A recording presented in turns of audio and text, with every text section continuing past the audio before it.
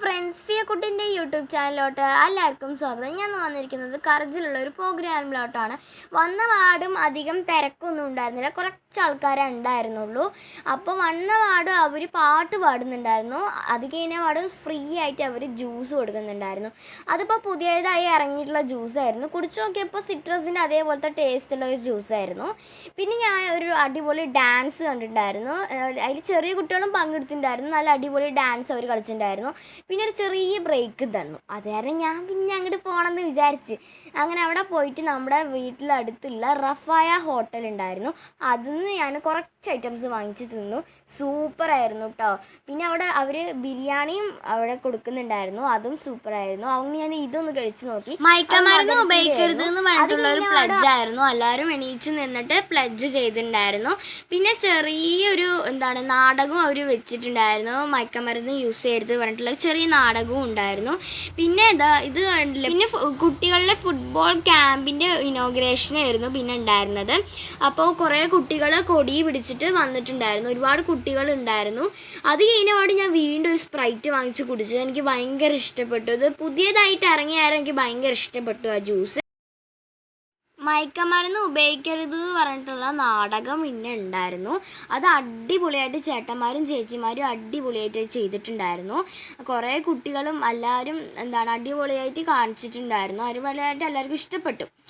Drama ഫിനിഷായി, എന്നിട്ട് ഡാൻസും തുടങ്ങി. ഡാൻസ് അടിപൊളിയായിട്ട് അവർ ചെയ്തിട്ടുണ്ടായിരുന്നു.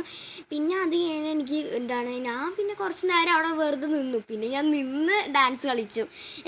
നല്ല പാട്ടായിരുന്നു അവർ ഇതാക്കിയിട്ടുണ്ടായിരുന്നത്. പിന്നെ സിംഗർ വന്ന പാടും ഒരുപാട് ആൾക്കാർ നിന്ന് ഡാൻസ് നന്നായി കളിച്ചിട്ടുണ്ടായിരുന്നു.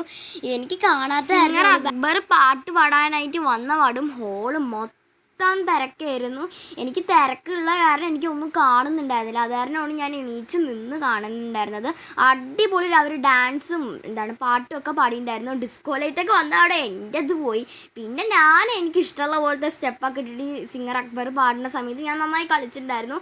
സിംഗർ അക്ബർ പാടുന്ന എനിക്കിഷ്ടപ്പെട്ട പാട്ടും പാടുന്നുണ്ടായിരുന്നു. അതാണ് ഞാൻ ഇത്തരത്തിൽ തുള്ളി തുള്ളി ചാട് പാട്ട് പാടുണ്ടായിരുന്നത്. ഹോള് വീണ്ടും വീണ്ടും നിറഞ്ഞ് ഫുള്ളായി. റിയാദിലുള്ള നേഴ്സുമാരിൻ്റെ ഡാൻസ് ആയിരുന്നു പിന്നെ ഉണ്ടായിരുന്നത്. അത് അടിപൊളിയായിട്ട് ചേച്ചിമാർ കളിച്ചിട്ടുണ്ടായിരുന്നു. പിന്നെ ഡുവറ്റ് സോങ് ആയിരുന്നു, അക്ബർ ഡുവറ്റ് സോങ് ആയിരുന്നു പാടിയിട്ടുണ്ടായിരുന്നത്. ഈ പാട്ടാണ് പാടിയത്, തൂ ഹീ തു ജന്നത്ത് മേരെ, ഈ പാട്ടാണ് പാടിയിട്ടാണ്. എൻ്റെ ഫേവറേറ്റ് സോങ് ആണ്. അത് ആൾക്കാർ പാടിപ്പിച്ചതായിരുന്നു. ആ പാട്ട് പാടി പറഞ്ഞിട്ട് പാടിപ്പിച്ചതായിരുന്നു. പിന്നെ അത് കഴിഞ്ഞ പാടും സ്റ്റേജിൻ്റെ സൈഡ് മൊത്തം നിറഞ്ഞ്, ഫസ്റ്റ് വട്ടം അത്ര നിറഞ്ഞൊന്നും ഉണ്ടായിരുന്നില്ല. പിന്നെ നിറയൽ നല്ല കൂടി ലാസ്റ്റ് മൊത്തം തിരക്കായി.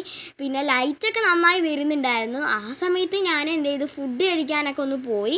പക്ഷേ എൻ്റെ ഡാൻസ് ഒന്നും അവിടെ നിന്നിട്ടില്ല. ഞാൻ ആ സൈഡിൽ കൂടെ നന്നായി ഡാൻസ് കളിക്കുന്നുണ്ട്.